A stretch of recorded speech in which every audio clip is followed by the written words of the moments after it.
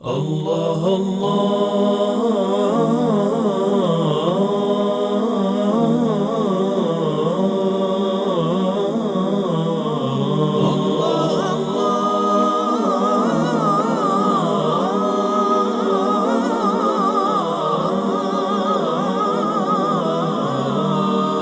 الشمس والقمر بحسبان والروض أينع بالريحان والطير. أعوذ بالله السميع العليم من الشيطان الرجيم. بسم الله الرحمن الرحيم وبه نستعين وصلى الله على سيدنا محمد وعلى آله الطيبين الطاهرين. رب اشرح لي صدري ويسر لي أمري واحلل عقدة من لساني يفقه قولي. اللهم كن لوليك الحجة ابن الحسن صلواتك عليه وعلى آبائه في هذه الساعة وفي كل ساعة وليا وحافظا وقائدا وناصرا ودليلا وعينا حتى تسكن وأرضك توأ وتمتع فيها طويلا برحمتك يا أرحم الراحمين. Au nom d'Allah, le tout miséricordieux, le très miséricordieux, Père et bénédiction sur le noble de ses créatures, le saint prophète Mohammed, sallallahu alayhi wa sallam, sur sa sainte famille, ses vertus, compagnons et ceux qui se font savoir jusqu'au jour de la résurrection. Que Dieu nous aide, qu'il fasse de nous des mises de nos vertus, qu'il nous guide sans cesse sur le droit chemin. Chers frères, chères sœurs, recevez la salutation de paix, de miséricorde, qui est assalamu alaikum wa rahmatullahi wa barakatuh. Alors, notre sujet, comme vous êtes sans ignorer, du jour est, n'est-ce pas, la non-falsification ou la non-altération du Saint-Corps. Nous avions donné en fait des explications concernant la non-altération du Saint-Coran selon la vision Ahl al-Bayt alayhimus salam et également selon l'école juridique imamite Ja'farite et Ahl al-Bayt alayhimus salam. Nous avions mis en évidence que les savants chiites sont tout à fait unanimes qu'il n'y a pas d'altération, il n'y a pas de falsification, n'est-ce pas, dans le texte coranique.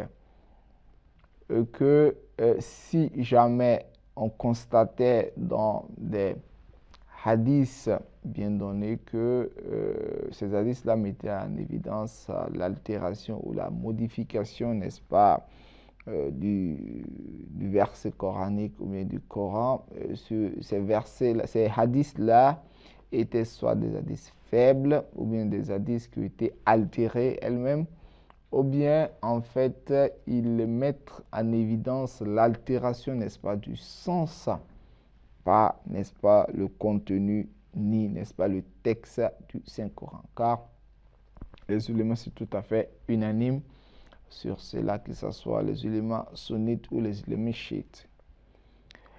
Ceux-là même qui n'ont cessé d'éveiller en fait des problématiques, des doutes sur l'école Ahl al-Bayt alayhim salam concernant la modification, la falsification et l'altération, n'est-ce pas, du Saint-Coran, sont allés encore plus loin en disant que les chiites ont un autre livre qu'on appelle Mashaf Ali, c'est-à-dire le livre d'Ali. Donc, que ce livre-là, en fait, représente le Coran chez les chiites. Dans notre émission précédente, nous avions abordé à moitié, n'est-ce pas, le sujet, mais Inch'Allah, aujourd'hui, nous allons essayer de s'étendre sur la question de Mashaf Ali, qui est en fait la psaume d'Ali, les feuilles d'Ali, le livre, n'est-ce pas, d'Ali.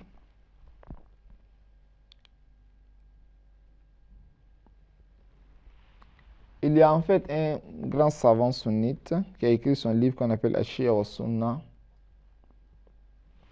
au nom de Ihsan Ilahi Zuhair.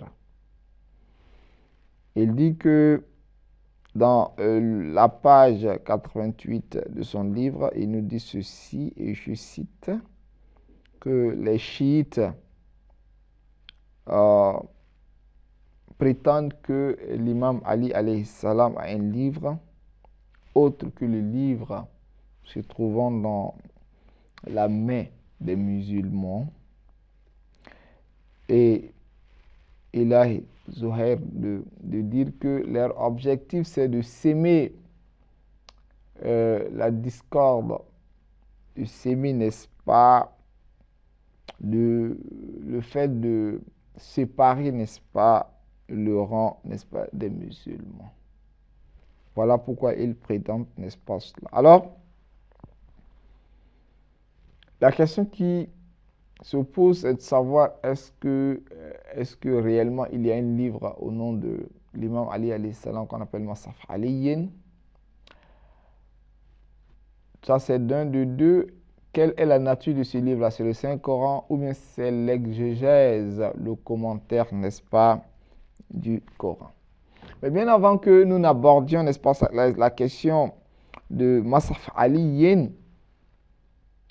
il faudra que nous référons sur la personne de l'imam Ali alayhi salam en termes scientifiques. Essayez de voir son aspect scientifique, qui est réellement l'imam Ali alayhi salam, avant que nous n'abordions la question comme on appelle, du commentaire du Coran, ou bien si réellement il a un livre ou s'il a des feuilles qu'on appelait, n'est-ce pas, Masaf Ali, qui représentent réellement le Coran, n'est-ce pas, chez les chiites. L'imam Ali alayhi salam, en termes scientifiques, en termes de courage, en termes de dévouement, après le saint prophète Mohammed sallallahu alayhi wa sallam, il n'est comparable à qui que ce soit. Et cela fait unanimité, que tu sois sunnite et que tu sois chiite. Tu sais réellement quelle est en fait la personne, quelle est la grandeur, n'est-ce pas, de celui-ci, l'imam Ali alayhi salam.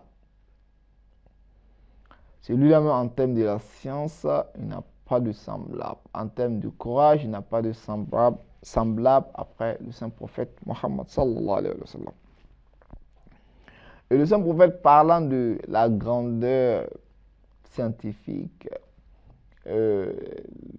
la place que l'imam Ali alayhi salam occupe en termes de science, nous dira que je suis la cité, n'est-ce pas, de la sagesse, et Ali alayhi salam en est la porte. Ça se trouve dans Sahih Tirmizi, tome 5, page 637. Et Ibn Asakir également, dans son Mustadrak, nous dit que moi je suis la cité du savoir et Ali alayhi salam en est la porte. Alors, celui qui convoite, n'est-ce pas, la science, qu'il passe, n'est-ce pas, par la porte. Ibn Asakir également, dans son livre Tarjumat Imam Ali alayhi salam, tome 2, page 488, nous dit que de la part du saint prophète Mohammed, que le saint prophète Mohammed sallallahu alayhi wa sallam a dit: oh Ali, c'est toi qui va, n'est-ce pas, répondre aux problèmes de ma communauté, n'est-ce pas, après moi. La divergence, les litiges qu'il y aura parmi, n'est-ce pas, les musulmans après moi, tu seras celui-là même qui va, n'est-ce pas, résoudre ou résolver, n'est-ce pas, ces problèmes. Et cela ne nous étonne pas, étant donné que à l'époque d'Omar, le calife Omar, nous constaterons qu'à chaque moment, il répéterait, n'est-ce pas, ses propos: Laoula Ali, la halaka Omar, n'eût été la présence de l'imam Ali, Omar, n'est-ce pas, aurait péri. Donc c'est pour dire qu'à chaque moment, quand ils étaient confrontés à un problème scientifique bien donné, parce que vous savez, les problèmes scientifiques en islam, ce sont des choses quand tu ne connais pas, il ne faudra pas que tu t'aventures. Car il se peut que tu donnes, n'est-ce pas, une résolution à un sujet bien donné, alors que tu n'es pas qualifié et cela peut induire, n'est-ce pas, une multitude de personnes, n'est-ce pas, en erreur. Alors, s'il y a un sage, s'il y a une personne savante à côté de toi qui t'orientera, qui te donnerait, n'est-ce pas, des résolutions, je crois que cela vaut la peine qu'on dise que si celui-ci n'était pas juré, n'est-ce pas, péril.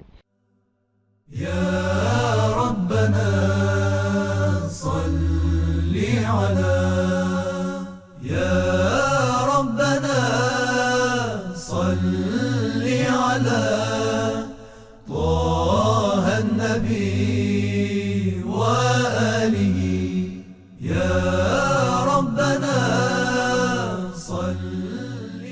Alors, la science coranique de l'imam Ali alayhi salam.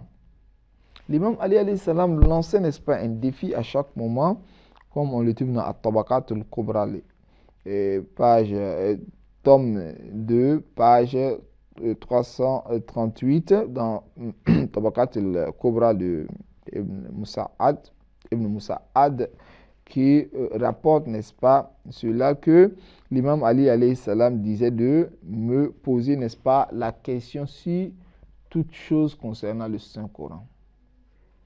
Il dit, posez-moi toute chose, car aucun verset n'a été révélé sans pour autant que je puisse, ou je sois à mesure de répondre à la question de savoir où est-ce qu'elle a été révélée durant la nuit ou bien la journée, dans les plaines ou bien dans les montagnes. Donc l'imam Ali alayhi salam avait toutes ces sciences-là. Dans l'émission précédente, nous avions eu à aborder, n'est-ce pas, cette question.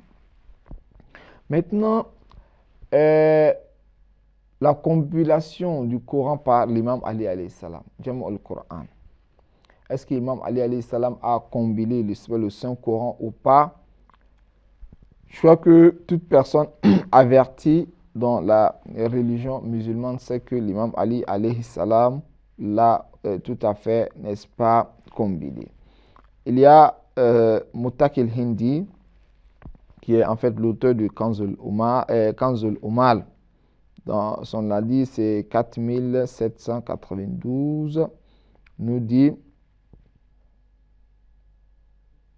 que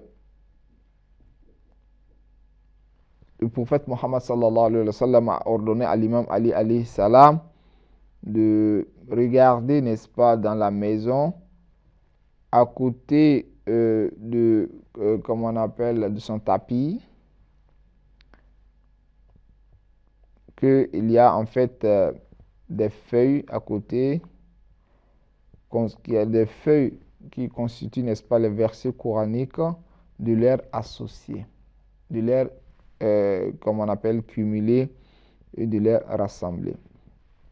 Ibn Abil Hadid al-Mu'tazili, concernant l'imam Ali alayhi salam, nous dit, toute personne est tout à fait unanime de dire que l'imam Ali alayhi salam a, n'est-ce pas, mémorisé, n'est-ce pas, le Saint-Coran, et il est la première personne qui a, n'est-ce pas, compilé, n'est-ce pas, le Saint-Coran au temps du Saint-Prophète Muhammad sallallahu alayhi wa sallam. Le livre Sharh ibn Abil Hadid, Mu'tazili, tome 1, page 27. L'imam Bakr alayhi salam nous dit que personne ne peut prétendre,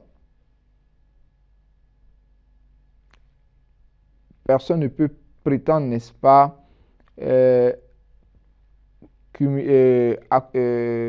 rassembler, n'est-ce pas, le Saint-Coran comme il a été descendu, sauf l'imam Ali alayhi salam. Celui qui prétend cela, n'est-ce pas, aurait menti. Donc personne ne peut prétendent associer le Saint-Coran, combiner, n'est-ce pas, le Saint-Coran, si ce n'est pas l'imam Ali alayhi salam, et toute personne qui, n'est-ce pas, prétend cela aurait, n'est-ce pas, menti.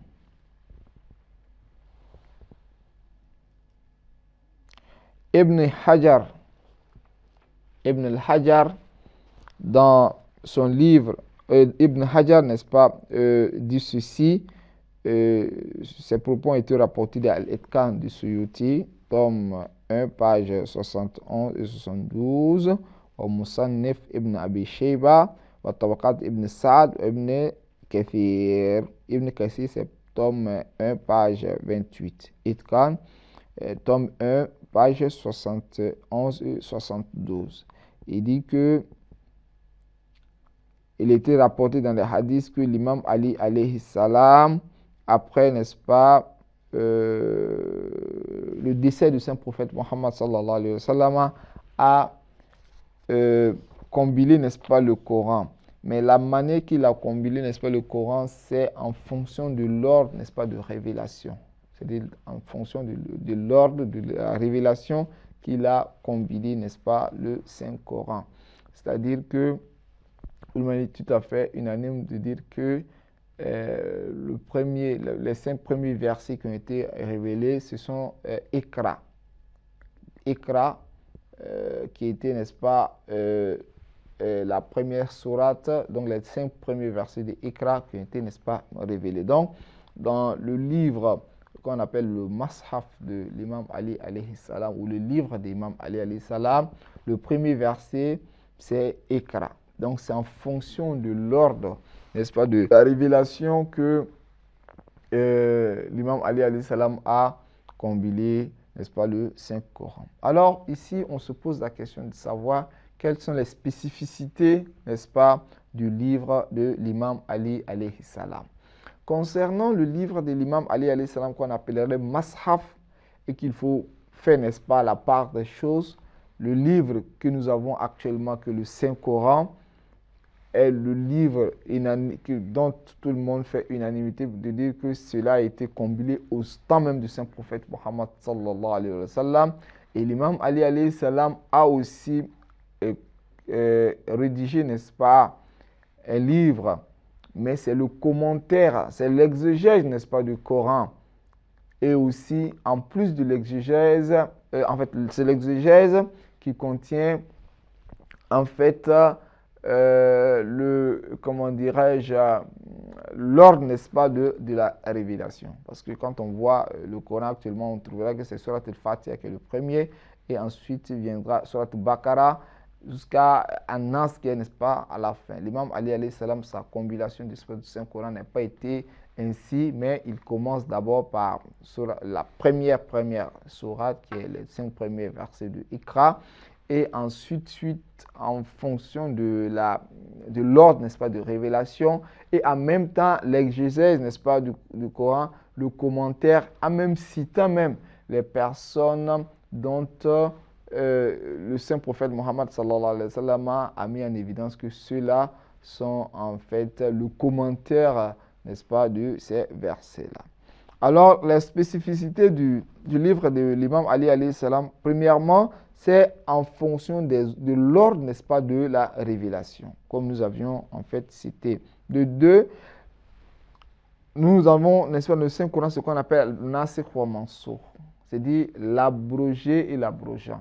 C'est-à-dire, voilà un verset qui est révélé, un autre verset vient abroger, n'est-ce pas, ce verset-là. Donc, l'imam Ali alayhi salam, dans son tafsir ou dans son livre, d'abord, il envoie l'abroger, le verset abrogé, et après, maintenant, il envoie le verset abrogeant. Donc, quand tu prends le livre, tu peux savoir quel est le verset abrogé et quel est le verset abrogeant, quel est Nasikh et quel est, n'est-ce pas, Mansoukh. Et de 3, dans le livre de l'imam Ali alayhi salam, on met en évidence, n'est-ce pas, le commentaire de quelques versets de manière claire, c'est-à-dire le commentaire détaillé, n'est-ce pas, de quelques versets. et aussi l'exégèse, n'est-ce pas, de quelques versets. Et comme vous le savez, il y a ce qu'on appelle al-muhkam wa mutashabih. Dans le Saint-Coran, il y a, n'est-ce pas, des versets qu'on appelle les versets équivoques, et il y a des versets qui ne sont pas équivoques. Muhkam qui ne sont pas équivoques, mutashabih qui sont équivoques. Donc il met en évidence, voilà en fait les versets équivoques, et voilà ceux qui ne sont pas équivoques. Et en plus de cela, le nom des gens du bien et les noms, n'est-ce pas, des gens du mal. Et l'auteur, n'est-ce pas, de ce livre, c'est l'imam Ali, mais celui-là même qui, comme on appelle, qui le dictait, c'est le saint prophète. C'est le saint prophète qui le dictait, et l'imam Ali, alayhi salam, en son tour, prenait, n'est-ce pas, note. Le temps qui nous a été imparti est fini. Inch'Allah, dans l'émission à venir, nous allons essayer de continuer, n'est-ce pas, les spécificités du livre, n'est-ce pas, de l'imam Ali. Wassalamu alaikum wa rahmatullahi wa barakatuh. Allah, Allah.